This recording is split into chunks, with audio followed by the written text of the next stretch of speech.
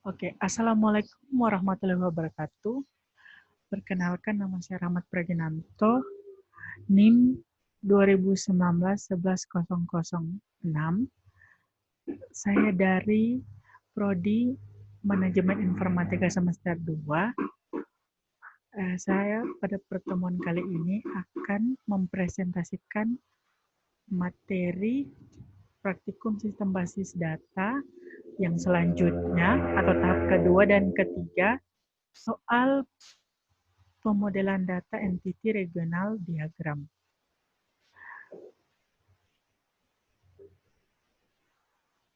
Nah, pada pembahasan pertama kita masuk pada model data. Kumpulan perangkat konseptual untuk menggambarkan data, hubungan antara data, semantik atau makna, data, dan batasan data.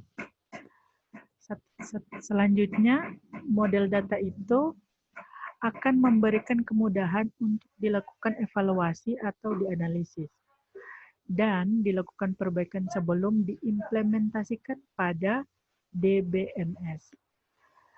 Terdapat banyak cara dalam memodelkan data di Antrata Entity Regional Model atau ERD. Selanjutnya pada slide yang kedua, model IR1 atau entitas atau entity adalah individu yang mewakili suatu yang nyata, ekstensinya, dan dapat dibedakan dari suatu yang lain. Himpunan entitas mahasiswa.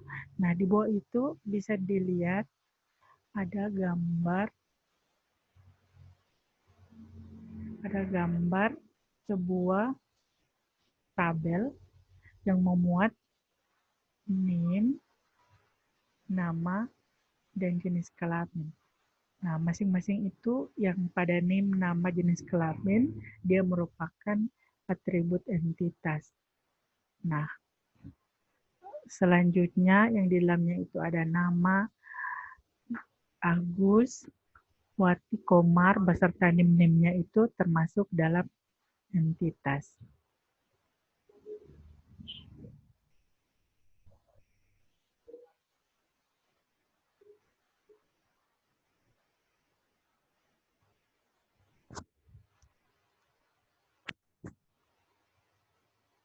Oke, kita selanjutnya masuk di model IR2. Selectional set, yaitu menunjukkan adanya hubungan di antara sejumlah entitas yang berasal dari himpunan entitas yang berbeda. Nah, di bawah situ kita bisa melihat tabel selanjutnya yang berisi NIM, nama, dan jenis kelamin.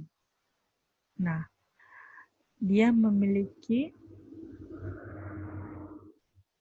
entitas yang berhubungan dengan kode mata kuliah dan nama mata kuliah. Maksudnya mereka ada relasi atau hubungan di antara kedua data atau kolom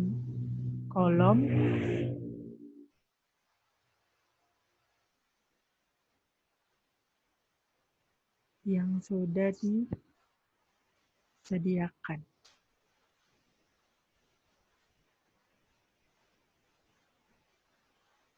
Selanjutnya kita masuk ke slide berikutnya. Ada derajat relasi kardinalitas 1. Yaitu yang pertama ada hubungan 1-ke-1 atau one-to-one. Setiap entitas himpunan A berhubungan dengan paling banyak satu entitas pada himpunan entitas B. Dan begitu juga sebaliknya. Jadi, kita bisa melihat pada himpunan A dan himpunan B. Mereka memiliki relasi atau hubungan Seperti entitas 1 berhubungan sama entitas 1, himpunan A memiliki entitas yang memiliki hubungan relasi dengan entitas 1 pada himpunan B. Selanjutnya, pada himpunan A entitas 2 memiliki relasi atau hubungan dengan entitas 3 pada himpunan B. Begitu juga yang terakhir, pada himpunan A, entitas 4 memiliki relasi dengan entitas 2 pada himpunan B. Selanjutnya, ada derajat relasi kardinalitas 2, yaitu memiliki relasi 1 ke banyak atau one to many.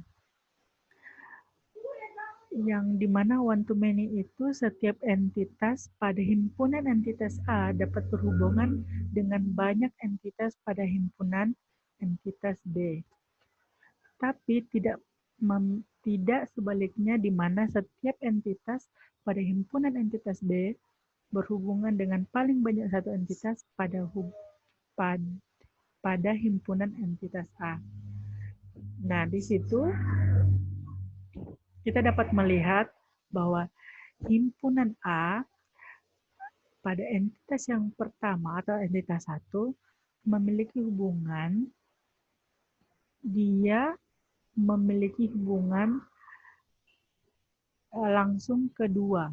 Jadi pada entitas 1 di himpunan A, dia memiliki relasi langsung ke entitas 1 dan entitas 2 pada himpunan B. Nah, selanjutnya begitu juga sebaliknya pada entitas 2 dan pada entitas 3 himpunan A memiliki 2 hubungan pada himpunan B, entitas 2 dan 3.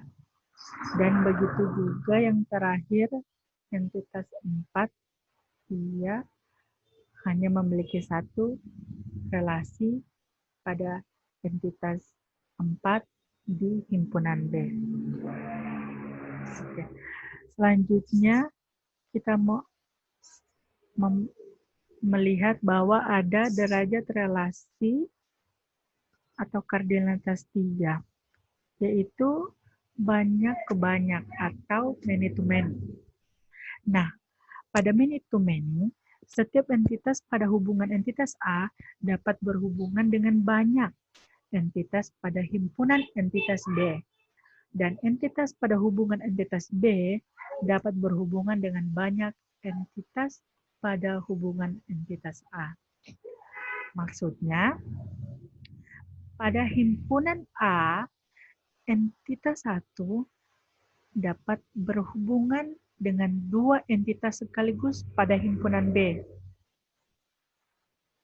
Atau begitu juga sebaliknya. Dari himpunan B bisa memiliki banyak relasi pada entitas yang terdapat pada himpunan A. Selanjutnya kita masuk pada diagram IR. Nah, di situ dapat terlihat bahwa ada notasi simbolik himpunan entitas E, atribut A yang diberi garis bawah jika ada key, himpunan relasi R, dan kemudian juga ada linknya. Lalu kita masuk di IRD one-to-one. Nah, di situ dapat terlihat bahwa mulai dijabarkan. Yang tadinya atribut nama dosen dan atribut alamat dosen. Dia termasuk dalam himpunan entitas dosen. Lalu di situ ada yang namanya 1 ke 1 atau one to one, dan ada himpunan relasi atau hubungannya Nah, di hubungan relasi itu, relasinya adalah mengepalai, lalu ada atributnya itu nama dosen dan kode jurusan. Lalu masuk di himpunan entitas jurusan yang memiliki atribut kode jurusan dan nama jurusan. Oke, selanjutnya kita masuk di RD one to many. Nah, di situ bisa kita lihat bersama ada himpunan dosen dengan kuliah. Nah, relasinya yaitu mengajar. Dan bisa kita lihat bersama di situ ada atribut-atributnya yang saling melekat pada tiap himpunan atau entitas, yaitu dosen, yaitu ada nama dosennya, alamat dosen, kemudian di hubungan relasinya mengikuti nama dosen, kode kuliah, waktu, tempat dan tanggal, waktu dan tempat maksud saya, terus di himpunan kuliah itu atau entitas kuliahnya itu ada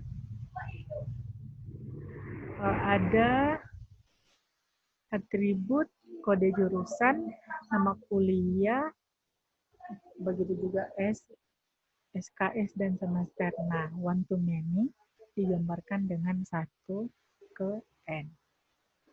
Oke, selanjutnya ada IRD many to many atau banyak ke banyak. Nah, seperti kita lihat bersama di situ ada entitas mahasiswa dan entitas kuliah. Lalu diapit dengan relasi mengajar, begitu juga dengan atribut yang melekat padanya, yaitu atribut mahasiswa ada NIM, nama dan jenis kelamin, lalu di relasi memiliki atribut yaitu NIM, kode kuliah sama nilai, dan pada entitas kuliah itu ada atributnya kode jurusan, nama kuliah, SKS, dan atribut semester. Nah, many to many digambarkan dengan N ke M. Selanjutnya ada tahapan pembuatan IRD. Nah, tahapan-tahapannya tersebut, yang pertama ada mengidentifikasi dan menetapkan seluruh himpunan entitas yang akan terlibat, menentukan atribut-atribut key dalam masing-masing entitas, mengidentifikasi dan menetapkan seluruh himpunan relasi di antara himpunan entitas yang ada beserta Virgin key-nya. Selanjutnya, menentukan derajat atau kardinalitas relasi setiap himpunan relasi. Dan yang terakhir, melengkapi himpunan entitas dan himpunan relasi dengan atribut-atribut deskriptif atau non-key. Nah, selanjutnya ada ERD dan kamus data. Nah, bisa dilihat di situ dari himpunan atau entitas mahasiswa, lalu dia memiliki relasi mempelajari, lalu dia memiliki entitas kuliah, dengan relasi lagi mengajar, lalu kita memiliki entitas dosen. Nah, di situ kamus datanya, tapi sebelumnya itu ada dari many to many, lalu one dari many to one. Oke, lalu ada kamus data.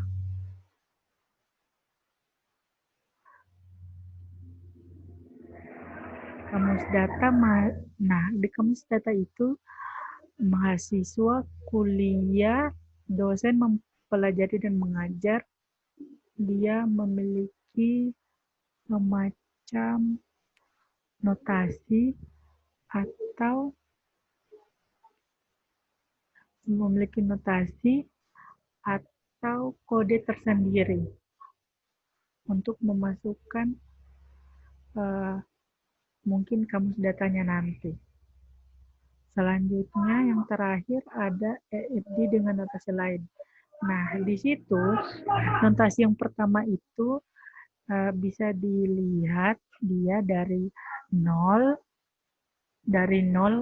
dari banyak ke nol atau dari nol ke banyak. Itu ada dilambangkan dengan O dan N. Nah, di situ dari many to one atau dari one to many atau dari banyak ke satu dan satu ke banyak. Selanjutnya di situ ada notasi satu ke satu atau one to one, begitu ke sebaliknya one to one. Dan yang terakhir itu ada one to nol, satu ke banyak, satu ke nol dan nol ke satu. Oke. Untuk pertemuan kali ini dalam pemodelan data, kiranya sekian dari saya. Semoga bisa dipahami atas segala kekurangannya. Wassalamualaikum warahmatullahi wabarakatuh.